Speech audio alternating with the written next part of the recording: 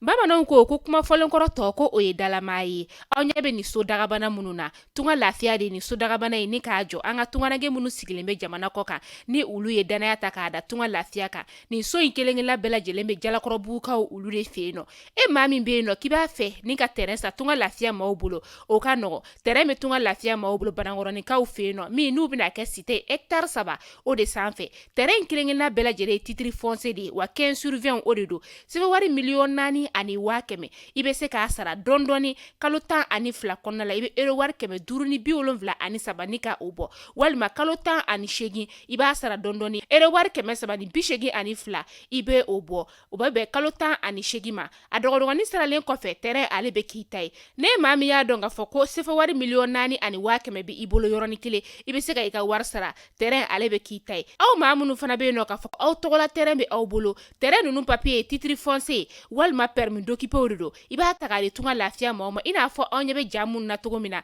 u b'a jɔ ni ka a d'i ma ka sɔrɔ i ma tɔɔrɔ o tuma la tunganage minnu sigilen bɛ jamana kɔ kan tunga lafiya nana aw lafiyali o de kama walasa sojɔko la aw kana degun sɔrɔ cogoya min na ne mɔgɔ min bɛ fɛ ka kunnafoni wɛrɛ sɔrɔ sa o tuma la an wele an ka numéro whatsapp kan 00336 41 94 03 80 walima 00223 72 18 42 47 tunga lafiya maliyɛnden minnu sigilen bɛ jamana kɔ kan u bɛɛ lajɛlen kelen-kelenna bɛ se ka u ninkanso sɔrɔ ba maliba ale kɔnɔna la cogoya min na.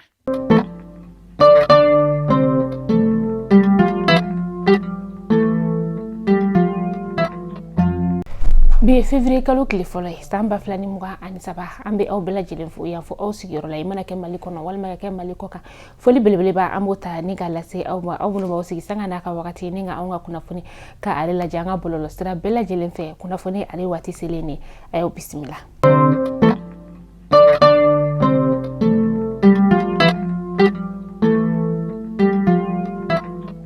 Kunnafoni daminɛ bi an ka ministre ɲɛmaa n'o ye dɔgɔtɔrɔ Sogɛla Kokala Mayiga ye kunu janvier kalo tile 31 san 2023 an ka pankuru jigiyɔrɔ kɛnɛba o la ni o ye président Modibo Keita ye n'o bɛ Senukaw olu fɛ yen nɔ a ye a terikɛ fo ka taga se a dɔgɔkɛ ma n'o ye Burkina Faso kaw ka ministre ɲɛmaa n'o ye monsieur Apollinaire Joachim ye a ye ale bisimila a kɛra an ka gouvernement maba caman olu ɲɛna ministre ɲɛmaa ni o ye Burkina Faso kaw ka ministre o ye ale kɔnɔna kun ye fɛn min anw ka jamana o kɔnɔna la o de ye kana u ka jamana ɲɛmaa ni o ye Ibrahima Traoré kana u ka cikan ni ka o lase anw ka jamana ɲɛmaa o ma ni o ye colonel Assimi Goïta ye k'aw ladɔnniya k'a fɔ ko Burkina Faso kaw ka ministre ɲɛmaa ale bɛna to anw ka jamana kɔnɔna la fo lɛrɛ 48 o bɔɲɔgɔnko ani an ka ministre bɛ yen nɔ ni o ɲɛsinnen bɛ anw ka jamana ni jamana wɛrɛ koɲɛbɔw olu ɲɛnabɔli ma ni o ye Abdoulaye Diop ye a n'o bɛna kuma falen-falen ne ka o kɛ.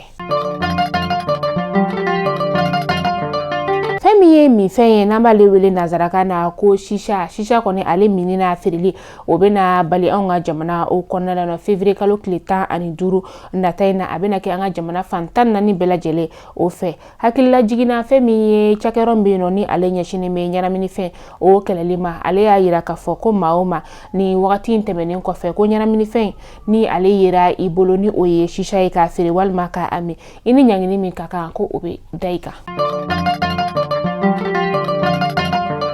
An bɛ taa an sɔngokaw olu fɛ yen nɔ an sɔngo sigida bɛ yen nɔ ni ale bɛ wele ko bara a kalanso dɔ bɛ yen nɔ fɛn min ye mugujugu ye o de yera kalanso in kɔnɔna la janvier kalo tile 30 tɛmɛnen san 2023 seerebolomaw ka fɔ la sa ko maa si nɔ tɛ ni mugujugu ye ale donni ye dugu jukɔrɔ ni karɔgɛlɛn dinɛ tigilamaw olu tɛ kalanso in ale ɲɛma fo ka taga se dugulamaw ma u ye wele lase an ka finitigilakaw ma olu kɔnɔna na ni ka mugujugu in ka ale bɔ dugu jukɔrɔ ka sɔrɔ maa si ma jogi.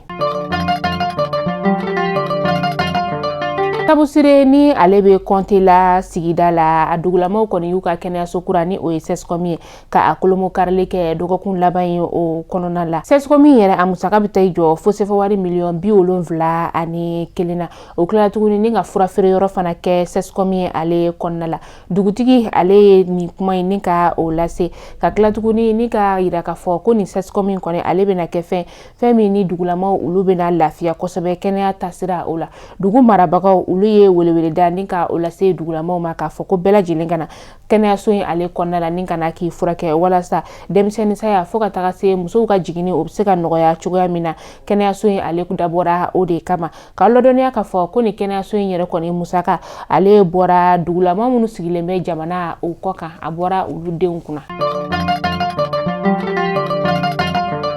Sala Koira Binka ale be dire o lamini na Ameri kɔni ale jasura kunu janvier kalo tile 31 san 2023 a jasura sɔgɔmada nɛgɛ kaɲa 7 o wagati la wagati min na sa a bɛ ka i kunda dire ale dɔgɔ kan ka to kulun yɛrɛ o kɔnɔna la seere olu y'a yira k'a fɔ ko karogɛlɛn dinɛ tigilamaw de kɔni kɛra sababu ye ni ka mɛri ka ale jaso nka nin wagati in na kɔni a taa yɔrɔ o ma se ka lakodɔn nka dugulamaw kɔni bɔra nin kunnafoniya in kalama wagati min na sa a ye hakili wasuwasu ni ka o bila dugulamaw la.